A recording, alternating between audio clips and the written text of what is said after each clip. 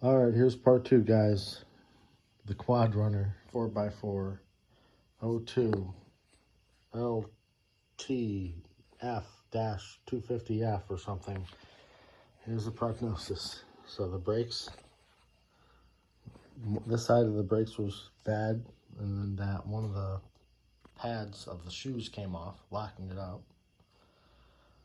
And the wheel cylinder, because they're drum brakes, was locked up also. Needed to remove the pistons and hone the cylinders out. They weren't scratched too bad, they just were locking up the pistons, so I took out the pistons, kind of cleaned them up, honed the cylinder out, put everything back together. The O-ring seemed to hold pressure, and the same thing with this side, minus the brake shoes. The brake shoes seem to be fine. Just needed to clean the wheel cylinder out and, adjust it, or, reset the automatic adjuster. And the front brakes, everything's fine. I'm glad I had to bleed them all. They work perfectly now. Doesn't seem to be leaking. This rear boot back here was ripped. I replaced that. Not too bad. Easy job, pretty much. And what else? Oh, the rear output shaft seal. Let's see if I can get it in there. There's the rear output shaft, or front output shaft seal. Back there, it's not focusing. Let's see. There's a seal in there somewhere to that output shaft, to the front wheel drive. That was leaking severely. That might have been this thing's first fatal flaw, because when I got it, it was low on oil. I put, I think, almost 2 quarts in it, and then it started to read. I was like, oh my God, how much does this thing take? Apparently it takes 3.5 quarts. So, I mean, it had oil in it, but that thing was, that was a leaker. What else did I do? I adjusted the valve timing, or not valve timing, we're talking about the valve lash. And I checked the function of the cam chain tensioner. Can't get it in the shot. And that was working perfectly. It has a little tick noise, and it gets progressively louder as you put more load on it. And like when you kind of get off the throttle a little bit after you've revved it up, like it just goes right away. So it's like, you go going down the trail, wah, wah, wah. It's like tick, tick, tick, tick, tick, wah, wah. And then you let it off and you're like, bah, it's dead quiet. So I'm thinking something. That's why I checked the valve last. Maybe it was a tick there. I checked the valve cam chain tensioner. That seems to be working. Maybe the cam chain is worn out and loose and just slapping. It doesn't really seem like a low end knock. I checked the compression. The compression is 180, so it's like a perfect engine. The thing only has over 1,000 miles on it. And during my service, I put 16. And it runs like a champ. Just makes that weird kind of tick noise. Kind of freaks me out. And the last thing, this is fucking crazy, guys. I've never seen this before in my life. The complaint was a dirty carb. Basically, that was the first complaint. It runs crappy. So I fire it up, it runs, it idles. I go to take it for a ride. It rides pretty good. And then I get on a straightaway kind of section, open it up. As soon as you open it up, it dies. It starts spitting and sputtering like crazy. So I'm thinking, dirty carburetor, customer complaint confirmed. I start to investigate. I look at the box, the air filter. There's some oil in it. The air filter seems like it's got like a residual oil on the bottom of it. So I'm thinking this thing was rolled over, got some oil, you know, put into the airbox for some reason. If I take the carb part, clean the air filter, put it back together, take it for a test drive, same exact condition, like nothing changed. I was like, oh, it may have gotten a little bit better. I did see a little bit of speck of something in the main jet, so maybe I did some, but still, basically same condition. Works fine, idles fine. You go to give it full throttle, dies right off, spitting and sputtering. So thinking, oh, I missed something. Take the carb part again, clean it. Find a couple more things, look at the thing on the kind of the breakdown, parts breakdown. Find all the little jets and air passages, clean them out, put it back together. Sure enough, it's gonna improve. Nope, same exact condition. So then I'm slightly baffled. I'm thinking, oh, so there's something more. Is the airbox restricted or something? It's not like the airbox isn't giving it air. I check out the whole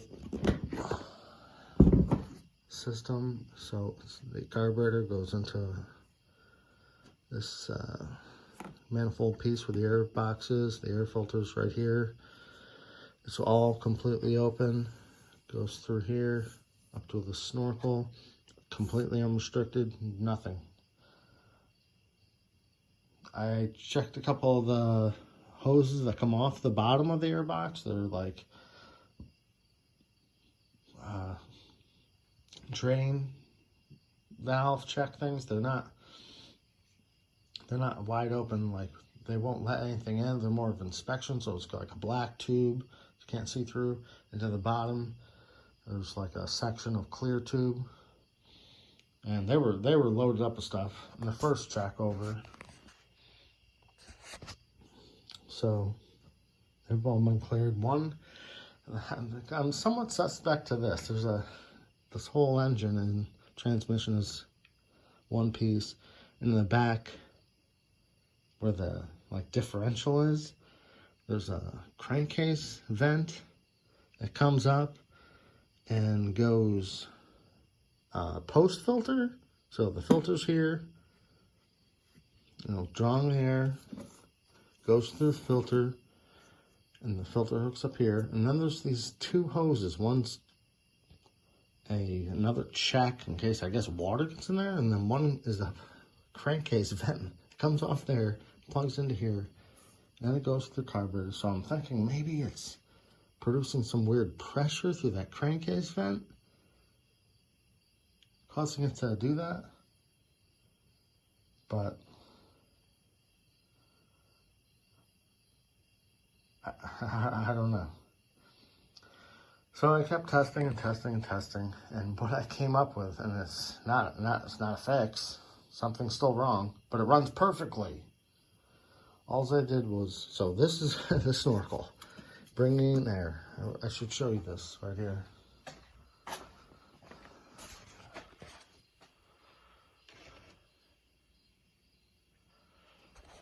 Well, you're just gonna have to trust me. I don't have the tool on me right now.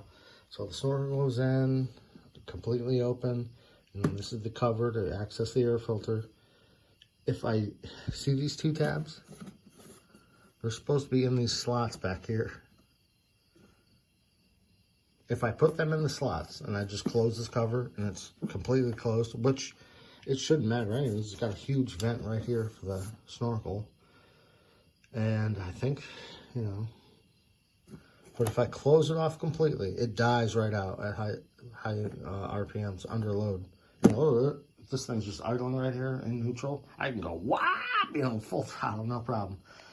But if I restrict the airbox with that cover, even though it's not restricted, it's got a clear path from here. This thing was off and everything before I was testing it. It doesn't really matter how much air can get through the snorkel. For some reason, if you seal this cover down completely, putting these two things under the tabs and bolting this down, It runs horribly under load at high RPMs.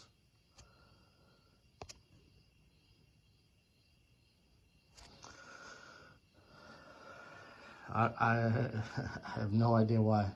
I thought maybe the fuel pump. It's got like a vacuum kind of fuel pump. That's not it. Sure, the carb or something. But it runs great with the filter on. If I took this off, the filter's on. It's kind of suck. I took the filter off. It runs great. I put the filter on. It runs great. Everything's good until I put this fucking cap on correctly. And it's only giving it just a little bit of air. You know, it's mostly on.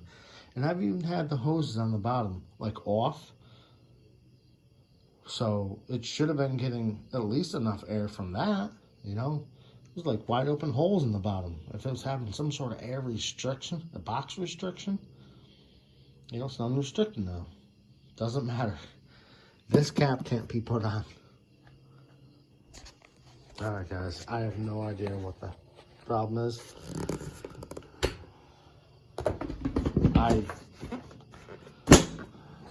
If you have some comments or some suggestions, please let me know.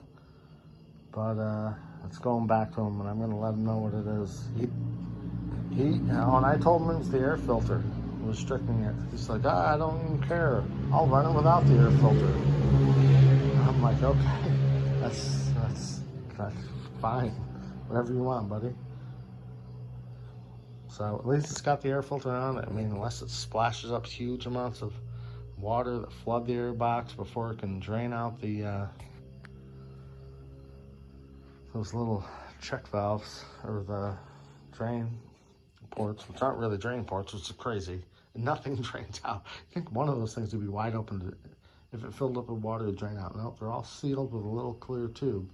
That'll just, it's like an inspection. Oh, it took on some water. Let's drain it out.